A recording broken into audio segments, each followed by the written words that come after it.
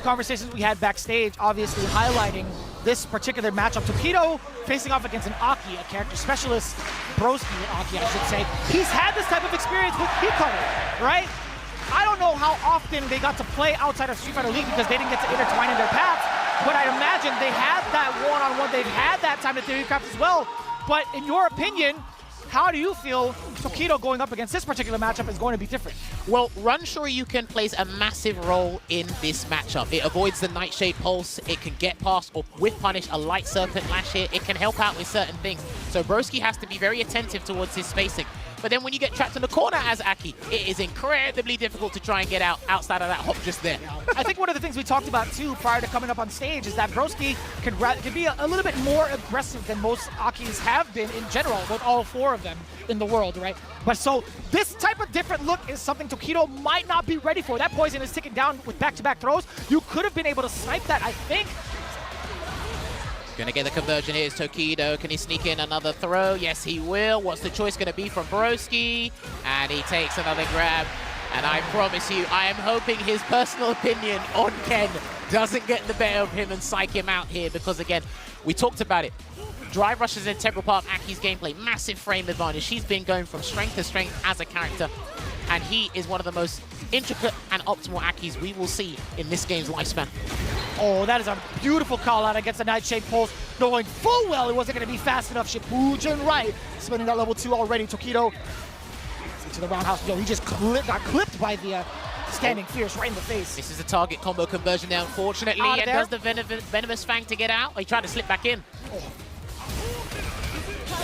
No blocked. way. That looks like it was blocked. And there you have it. Dragon Lash Flame gonna close out the first game. Started the punish with a run into an overhead there. Never seen that combo starter, but that's actually a pretty good thing. But it shows you how locked in the Murderface is right now. He wants this on home turf. Cruel fate. A little bit of a shaky start here for BROSKI. TOKIDO at one game. The anti-air still intact with the crouching roundhouse. So active with BROSKI. Let's see if he can stop some of the drive rush approaches. I feel like from that close, it's very, very difficult to call. Ooh. Yeah, punish counter, you do get the juggle into the whip. It looks like BROSKI's going to be a little bit more stubborn, a little bit more obstinate with those throws, just to pile it on. And if TOKIDO keeps teching, there's going to be a lot of defensive conditioning that's going to be exploited later. Perfect parry. Can he get the grab? Yes, he will. Oh. Neutral jump instead of a forward jump. I like that because he was probably going to get anti-aired, and BROSKI looked like he was ready for it. But this is going to be massive here for TOKIDO. Chases him down once again. He knew it. He was willing to double up on that drive rush just to get that burnout against BROSKI. You could see him. He's getting that crouching roundhouse ready just in case TOKIDO wants to advance forward and also have a level 1 behind it. Ooh. Good discipline. Good discipline. And he's going to close out the game there a little bit too gung-ho. Was TOKIDO trying to force BROSKI to react in some way, shape, or form so he could clip him with a punish counter drive impact, but he takes that round in game 2. I definitely choked on my spit when I saw the roundhouse. I thought it was going to whiff. I genuinely thought it was going to whiff, I'm not going to lie to you. Well, one thing I like that TOKIDO's doing thus far, great conversion into the heavy serpent lash there, and another throw tech. TOKIDO's got to be careful, man. Oh, TOKIDO's got to be careful, man. Exactly that. He wasn't allowed to throw that fireball. He was still in that poison state. Safe jump, and now the barrage coming in from BROSKI. He is going to get that roundhouse. Luckily enough, it wasn't a serpent lash to anti-air. He wants roundhouse into level 3. That's what he's trying to check before, but he's going to get a different conversion into the claws of Yazi, and we're going to get a 1-1 here at the scoreline in this best of 5. Building up that magnum opus, BROSKI. 2 rounds straight with a significant comeback against TOKIDO. 1-1. I know the crowd's loving them some Aki as well. They don't get to see that character too often. Hey man, this is a character that's probably reserved for the loyalists and the specialists in Street Fighter 6, and boy, are we looking at one of the finest we'll see, as I said before. I think overall she's got the most sauce, man. She is so cool by design and also aesthetics. Yeah, what? An amalgamation of Fang and Gil from Street Fighter 5? Some people love it. Oh, get him out of there. And not too bad. Crouching heavy punch. Didn't have to suffer the mix afterwards too badly. Dude, these guys, it's just battle of raw drive rush and who's more stubborn with it, because right now TOKIDO's got a substantial life lead here to work with. Drive rush again. That's the first check we've seen from BROSKI. Cool and it caught, yo, that caught him in time? What? I didn't think so either, to be honest. Yeah, that sharp angle doesn't catch Ken's hurtbox in that way. But he wanted to catch TOKIDO teching. That's what he really wanted there, BROSKI, and he didn't bite there, TOKIDO. One straight hit will do the trick. Yep, got the Serpent Lash. The command grab is there. Look at the extra damage on top.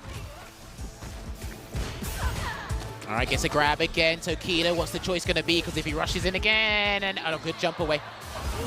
Uh-oh. Oh, he reacted with his own fireball, or was it preemptive? What do you think? I think he was going to come in regardless because of just how aggressive and tense that situation was. But TOKIDO is making sure BROSKI is on his toes 9 times out of 10 in this set thus far. He's making sure BROSKI reacts to things as much as possible, make him alert and divert his attention from what he really wants to do. Oh, Jesus! A barrage of damage going into BROSKI. Pretty close to getting burnt out as well. Extra damage on. Oh no, I lied. No anti-air. What in the world just happened? I got smoked too. Anybody in the chat said they would have blocked that? Ain't no way. That was like a 4-frame rollback delay from BROSKI's end. I'm actually not sure what he was expecting. Maybe he was expecting an NT jump to come and happen there, but he just got clipped. And he did another reproval there, so he has to kind of shake this one off. But TOKIDO 2-1 up in this set here and opens the game up with a Nightshade Pulse. Oh yeah, TOKIDO's gonna throw him off now. Runs, drive rush into stand, light punch. Oh, he is dancing. He is shimmying right in front of BROSKI as well. We're just hoping we don't get to have a big whiff punish against him, but TOKIDO, with how great he is with his control in the corner and the reads he's had on BROSKI thus far, yes, yeah, that's gonna be huge. That was meticulous spacing there outside of the light serpent rash range. I'm not sure if exactly that's what he was looking for, but hey, he got the punish and he's locked BROSKI down in the corner before the positional advantage was switched up. Oh, man! Is that the first one we've seen thus far from TOKIDO? Hey, man, he's been unpredictable 9 times out of 10 in this match, TOKIDO, and BROSKI's trying to play catch-up here. Second best in most departments. Good block on the overhead. Oh. Punish, yeah, it's too close. It's way too close there.